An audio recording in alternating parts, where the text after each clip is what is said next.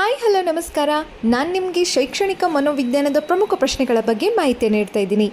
ಮೊದಲನೇ ಪ್ರಶ್ನೆ, ಮನೋವಿಶ್ಲೇಷಣಾ ವಿಧಾನದ ಪ್ರತಿಪಾದಕರು ಸಿಗ್ಮಂಡ್ ಫ್ರಾಯ್ಡ್ ಅವರು. ವ್ಯಕ್ತಿ ಅಧ್ಯಯನ ಅಂತಿಮ ಉದ್ದೇಶ ಸಮಸ್ಯೆಗೆ ಪರಿಹಾರ ಕಂಡುಕೊಳ್ಳುವುದು.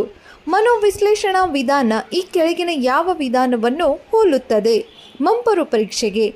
ಚರಾಂಶಗಳನ್ನು ನಿಯಂತ್ರಿಸಿ ಅಧ್ಯಯನ ಮಾಡುವ ವಿಧಾನ ಪ್ರಾಯೋಗಿಕ ವಿಧಾನ ಎನ್ನುತ್ತೇವೆ.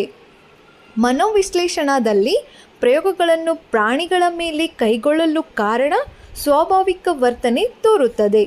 ಪ್ರಯೋಗ ಪದ್ಧತಿ ಯಾವ ಗುಂಪಿನಲ್ಲಿ ಸ್ವತಂತ್ರ ಚರಾಂಶವನ್ನು ವೀಕ್ಷಿಸಲಾಗುವುದು? ನಿಯಂತ್ರಿತ ಗುಂಪಿನಲ್ಲಿ. ಪ್ರಯೋಗ ಪದ್ಧತಿಯಲ್ಲಿ ನಿಯಂತ್ರಿಸಲ್ಪಡುವ ಚರಾಂಶಗಳ ಅಸಂಗತ ಚರಾಂಶ ಎನ್ನುತ್ತೇವೆ.